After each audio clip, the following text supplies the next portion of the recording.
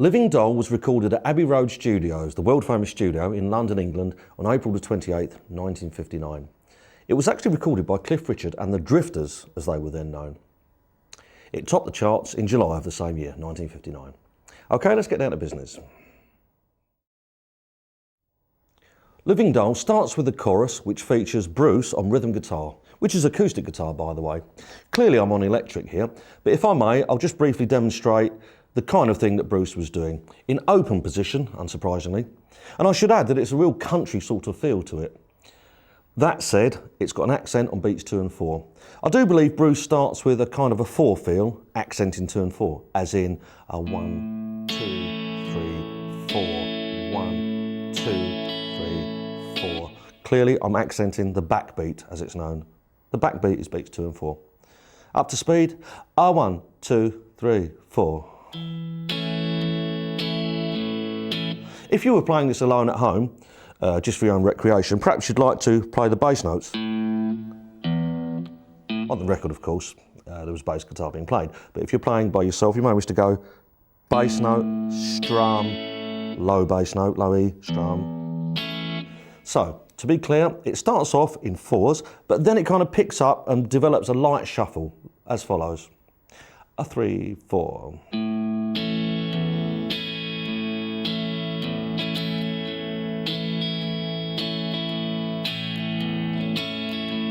Did you notice I started in 4s and then just naturally evolved into something slightly busier? Boom, ba-chenka, boom, ba-chenka, boom, chenka, boom, ba-chenka, that sort of thing. While I'm talking about the rhythm guitar, I can tell you that there's 1, 2, 3, 4, 5, 6 bars of A major, followed by a B7 chord. There it is. B7, going to a bar of E7, where I believe Bruce used a D note on the 3rd fret of the 2nd string. Then it's 2 bars of A. Let's hold it right there. You might be perplexed by the way I'm playing an A.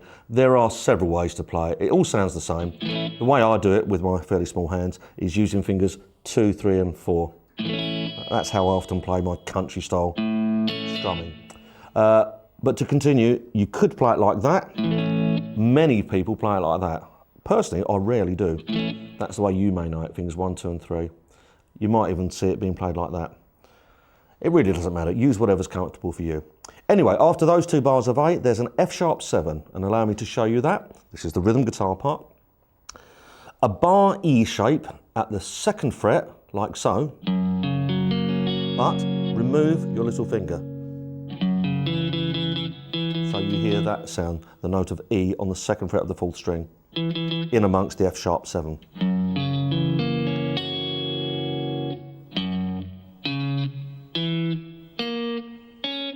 It's a full bar. That's held for 2 bars. Then there's 1 bar of A, 1 bar of E, and 2 bars of A. The final bar of the opening chorus has a dead stop in it, like that. In fact, why don't we play that along? Here's the chorus as played on acoustic. After the bass run, do do do do do do do. Got myself up. 6 bars.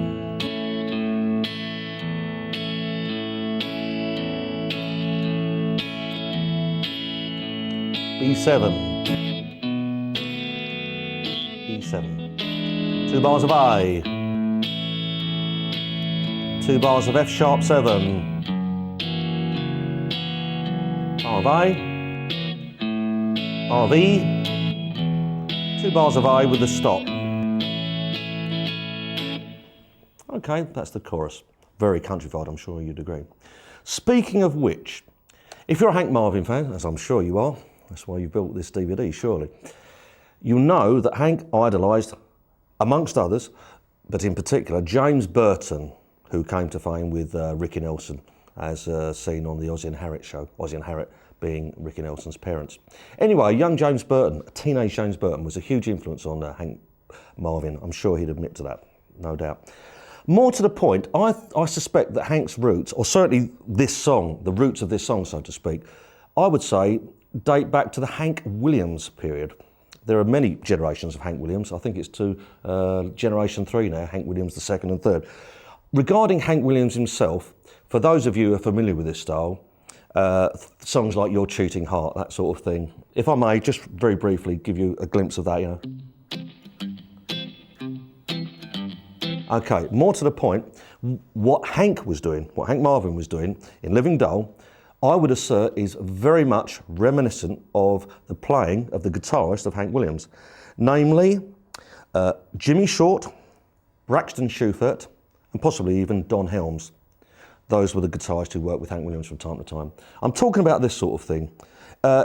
In the key of C, just for a moment, to demonstrate, to put it into context, those guys back in the 1940s would have been doing things like this. Not quite Chet Atkins style, is it? Because that's it, that's the lead guitar. Or is it rhythm guitar? You decide. Just single notes, muted. What's this got to do with Living Doll? Well, can't you hear it? It's virtually the same sort of thing. However, to be clear, I've already shown you that Bruce is doing more of a full strum. And to focus on Hank's playing, Hank Marvin, he does very, very sparse stuff inspired by the playing I've just described.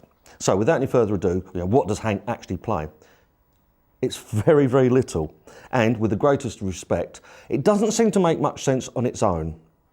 However, I'm obliged to show you what he plays. So here we go. In the 5th bar, he simply plays 3, 4, a 1. That's it. But there's nothing wrong with minimalism, is there? It could, of course, be played at the 5th fret of the bottom string, but I suspect, being palm muted, I suspect it may have been played on the open 5th string. So you've got the 4 bars of strumming, Living Doll, and then it goes a 1. Okay, that's on beat 2, 2/8 notes. I should mention that there's a light shuffle to this fill, boom, ba-chinka, rather than da da da da da da da da. And so Hank's 8th notes reflect that. 1, a.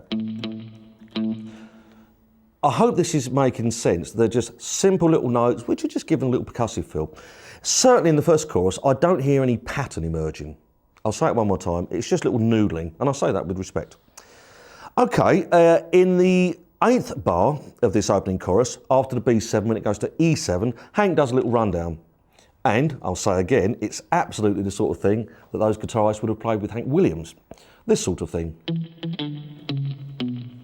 They're country bass lines, aren't they? Either from the bass guitar itself, an upright bass perhaps. Surely that's the sound that influenced the writing and the playing here. So I'll show you that in 2 positions, just as for general information. That's 2 E notes, and here I'm playing it, as you can see, at the 2nd fret of the 4th string with my index finger. Palm muted, by the way, just gently leaning on the strings there, gently but firmly. Then an open D. Hank doesn't use that many open strings, but because it's palm muted, it doesn't matter. Then a C sharp on the 4th fret of the 5th string, then a B on the 2nd fret. So this is how most country players would play that. Starting on beat 1, a 2, 3, 4. Mostly downstrokes. I said I'd give you 2 options. Here's the other one, which Hank Marvin may have indeed used. Arguably, that's more of the Hank Marvin style. As I said a few moments ago, he doesn't play open strings that often. That's more of a twangy country sound, which James Burton on his Fender Telecaster would have done. Hank, although he treated James Burton as a hero, I think Hank went for the warmer sound. I'm sure you'd agree with that. So if you want a warmer sound, then play on a thicker string. Does that make sense? And so here again is the same run, but played on a different pair of strings. The 5th string, 7th fret, E twice. I'd probably use a down then and up there. And the remainder are downstrokes. D at the 5th fret, C sharp at the 4th fret, B with the little finger on the 6th string. Again, 2, 3, 4. The palm muting is crucial. Without it, it draws too much attention to itself. Remember, this is a supporting part. Is it lead guitar or is it rhythm guitar? You decide. Okay, carrying on in the same vein, after the E7 and the A, which I've just described, as I'm at pains to point out, Hank plays very little. The next thing that I can hear on the record is over the F-sharp 7, coming in on beat 2, he hits an E note, which is the flat 7th, as I explained earlier regarding the rhythm guitar. Remember that E note? So Hank plays this, and it's very soft, it's barely discernible. It goes a 1, 2, 3. So he plays the flat 7th of F-sharp, which is the note of E. Then he plays the root of F-sharp, which is F-sharp, like so. A 1, 2, 3, 4, up. And keep up the palm muting there. That said, I think the E kind of opens up a bit. It goes a 1, 2, 3. So it opens up a bit, and then the palm muting is reintroduced. Then he does a couple more F-sharp notes without moving on the and after beat 2 and the and after beat 4. As so, a 1 and 2 and 3 and 4 and.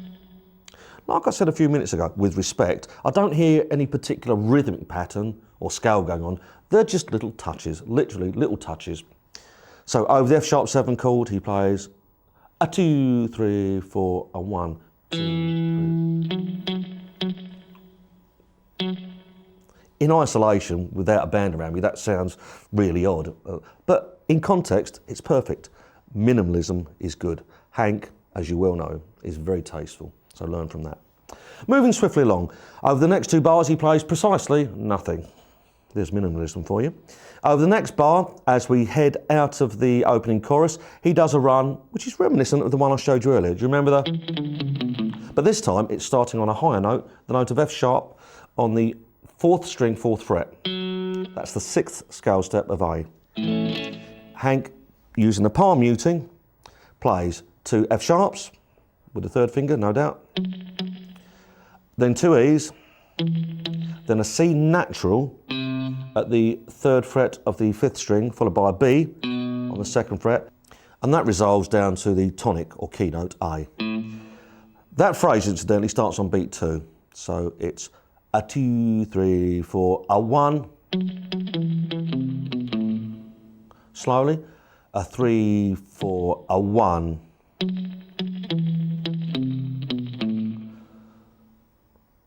up to speed, a 1, 2, 3, 4, a 1. Don't forget that palm muting. After that opening chorus, there's a middle 8, during which Hank plays nothing at all. Perhaps I should just let you know what the chords are in the middle 8. That is 2 bars of D, 2 bars of A, 2 bars of D, and a single chord stab on the chord of E, followed by a bar rest, and that's the middle 8. I'll say again, Hank doesn't play in that as far as I can tell. That is followed by another chorus, and guess what? Hank plays next to nothing. You'll have to trust me on that. By all means, check out the recording, but you'll struggle to hear anything there. That's not being disrespectful. I'm simply saying that Hank does the kind of thing that you've heard me describe already, that just tickling the strings to give it a little bit of atmosphere. Don't forget that Bruce Welch is giving us the nice strong rhythm. Does that make sense? Okay, that said, let's move on to the solo.